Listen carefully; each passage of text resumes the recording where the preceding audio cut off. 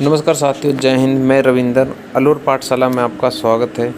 देखिए, राजस्थान के अंदर हम बात करने वाले हैं, जो भी आपकी इम्पोर्टेंट बातें हैं उनको मैं आपको क्लियर इस वीडियो के अंदर करने वाला हूं। आपने देख लिया होगा थंबनेल पर भी, हम जो बात करेंगे वो राजस्थान संविदा कर्मचारी परमानेंट खबर 2024 को लेकर हम बातें करेंगे। और इसके बाद में आपको बता दूं कि राजस्थान के अंदर जब अशोक गहलोत जी की सरकार थी, जब वे सीएम थे, तो उस टाइम बोला था कि 1,96,239 कर्मचारियों को नियमित किया जाएगा। अब देखिए, इसी नियमित के चलते हुए उन्होंने एक लिस्ट भी जारी की गई थी, फर्स्ट लिस्ट। उसमें आपको पता है कि 4590 कर्मचारी ऐसे थे जो संविदा कर्मचारी यानी कि संविदा बेस पर कार्यरत थे, संविदा में अपनी सेवाएं दे रहे थे।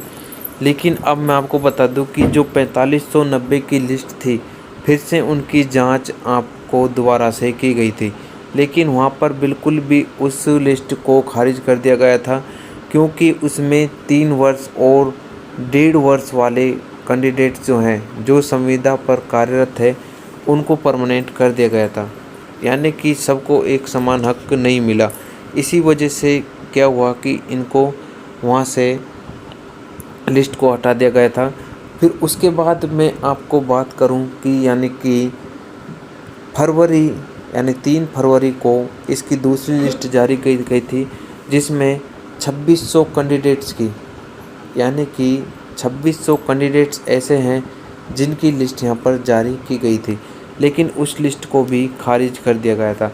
अब राजस्थान के अंदर जैसे ही चुनावी माहौल हुआ, यानी कि लोकसभा के चुनाव स्टार्ट हुए थे, जितने भी चरण हुए थे उनके लिए इनकी प्रक्रिया को कुछ समय के लिए रोक दिया गया था।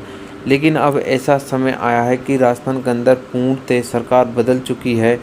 और सरकार जो बदली है वह मैं आपको बता दूं कि अब जो फ़िलहाल सरकार है राजस्थान के अंदर, ये भजन लाल की सरकार है।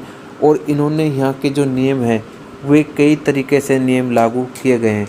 आप देखिए, ये जो नियम लागू किए गए हैं, आपने नोटिफिकेशन में देखा होगा कि जो 3 लाख संविदा कर्मी है, इनकी लिस्ट जो है गवर्नमेंट ने, जो संविदा कर्मचारी है, कार्मिक विभाग हैं और जलदाय विभाग हैं और इसी प्रकार चिकित्सा विभाग है, ऐसे 7 से 8 विभाग ऐसे हैं जो संविदा बेस पर कार्यरत हैं।